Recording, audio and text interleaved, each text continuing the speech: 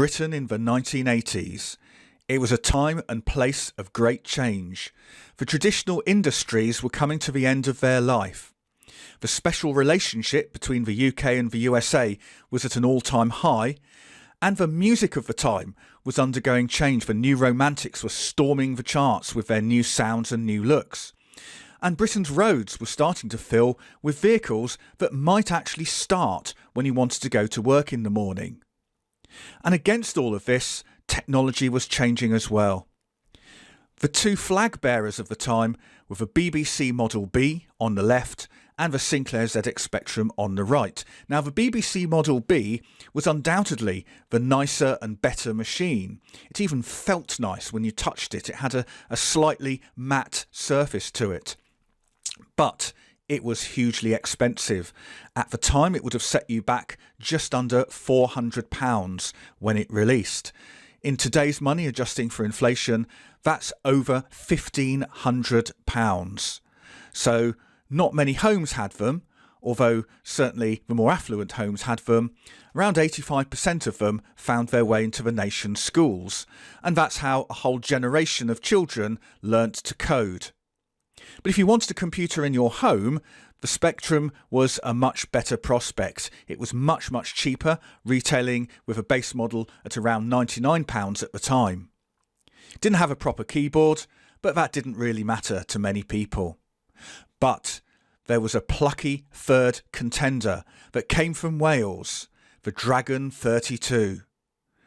Dragon Data was based in Wales because there was a lot of regeneration going on in that area. A lot of the traditional industries were dying and were failing, and government money was being put into the areas to try and effect some change.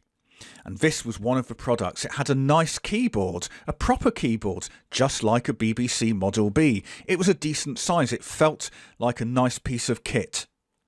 And it sold very, very well. And in those early days, it was a huge success.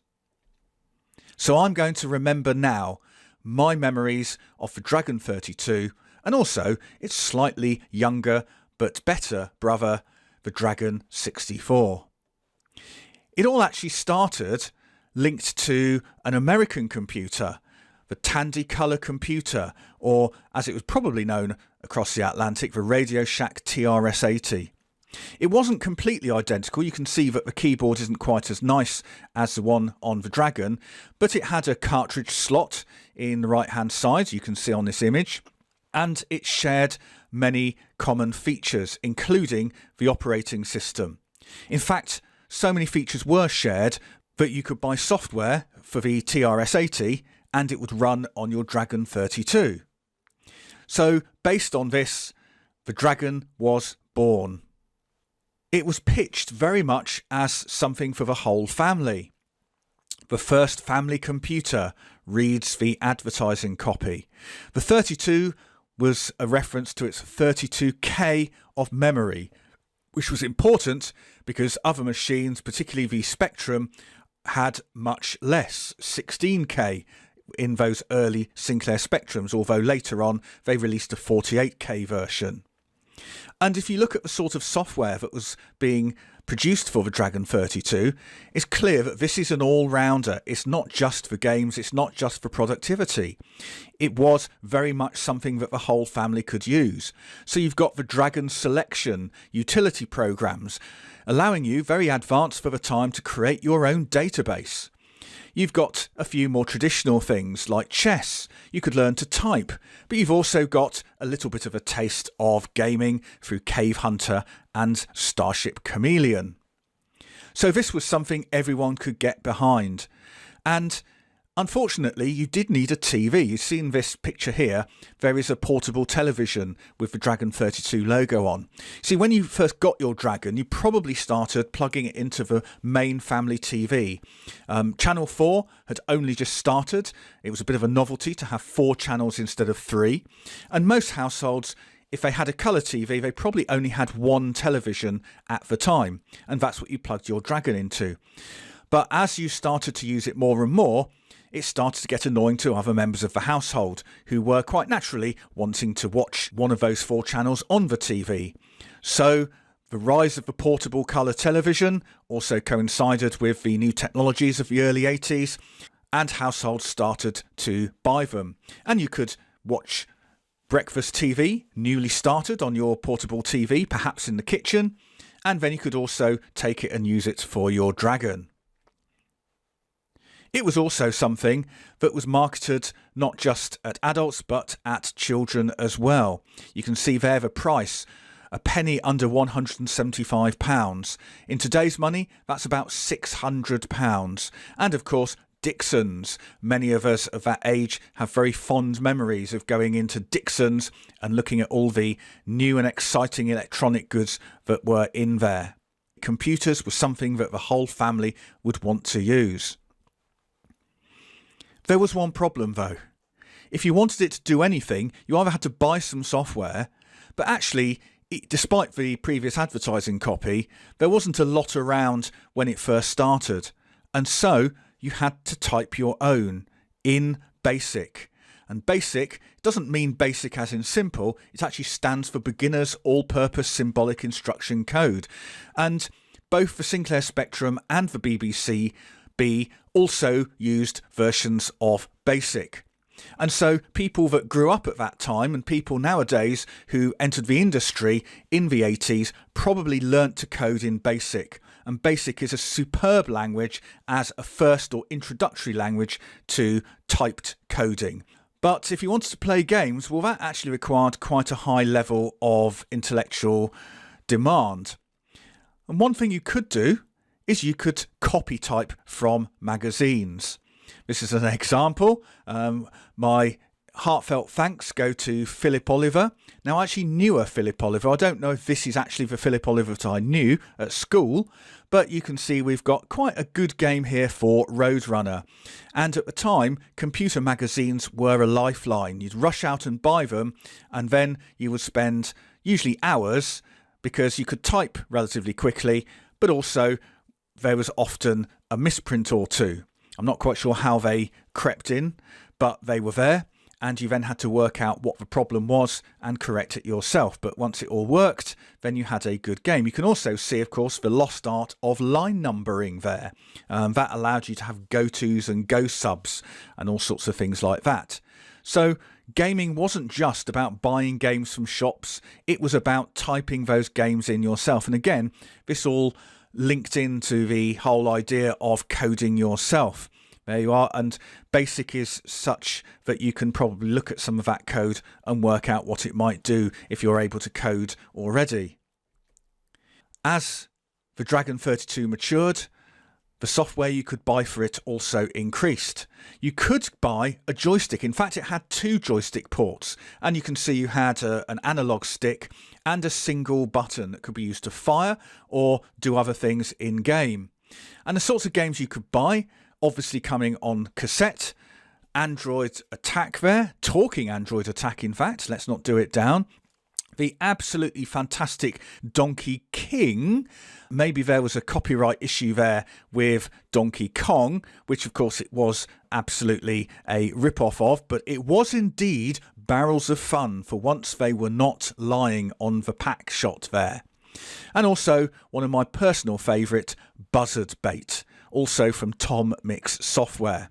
And if you had 2 joysticks, you could play Buzzard Bait with a friend. Now, all of this gaming goodness came on cassette, and it helped the rise of the double cassette player, because if you had a friend who had Buzzard Bait and you didn't have it and you didn't have enough pocket money to buy it, then what you could do is simply get them to come over, slip the original in one of those decks, and then do a tape-to-tape recording. And I have to say, and maybe I'm not proud to say it, but this was rife at the time. Of course, one of the problems is that recordings were never quite as good quality, just like when you photocopy something multiple times. So there were only so many generations of recording you could get away with. But let's just pause for a moment and think about software on cassette.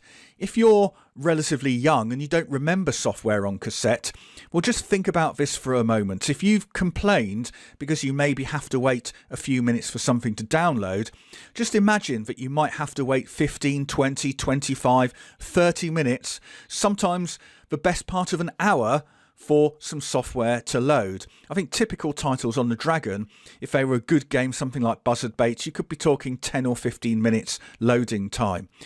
And you got it started, and of course off you went and you did something else.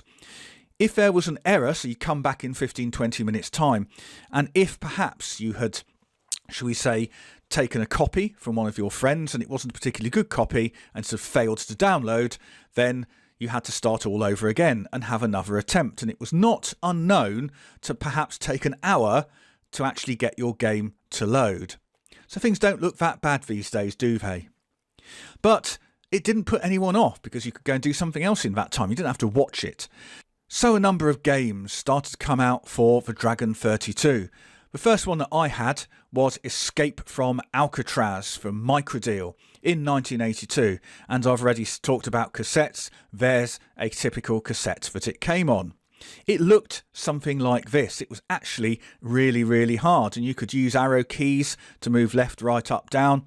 You, I believe, are the little green character, and those yellow lines were laser beams and doors, and you had to try and effectively get from where you were to that little notch on the right hand side. Fiendishly difficult, because if you were caught by those yellow guards, then that was it. It was game over. I've already mentioned Buzzard Bait. Here is Buzzard Bait. I spent hours playing that. So on the joystick, the button was a flap that gave you some height, and the joystick was the direction of travel. There was no sense to up down, particularly on the joystick. It was your vertical movement was down to your flapping. It was a copy of the arcade game Joust, but obviously you didn't have to put money in every time, and I played it for hours. Absolutely fantastic game, Buzzard Bait. But let's just talk about those graphics, because you're probably looking at the graphics and thinking, they don't look that good. Well, of course, by today's standards, they don't look very good. But actually, they weren't fantastic by the standards of the early 80s, as it turned out. The £400 BBC did have better graphics. Even the Sinclair Spectrum, well, its graphics were different, but arguably perhaps slightly better in terms of what you could do with some of the higher modes, particularly when the 48K Spectrum came out. So, not fantastic, but perfectly passable, and the gameplay was great fun. You can see, of course, Donkey King, got to be careful about copyright there, Donkey King top left, and Chucky Egg bottom right. Again, a traditional platforming game. There were lots of platform games. These were great fun and very good. And in fact, there was a black and white mode. If you wanted better quality resolution, you could actually play in black and white. Well, in 1983, the Dragon 64 released. Yes, you've guessed it, it had 64K of RAM. Although perplexingly, when you actually turned it on, it reported only 32K because you had to do things in your code. There was a procedure to access the other 32K. It was not seamless. And with the launch of the Dragon 64 came a swathe of other peripherals to make it a bit more of a computer system we might recognise in the modern world. I've already talked about cassettes and how long they were to load, shall we say. And so a huge innovation was the introduction of the official Dragon disk drive. Now, I had one of these. It connected to the Dragon via the cartridge slot.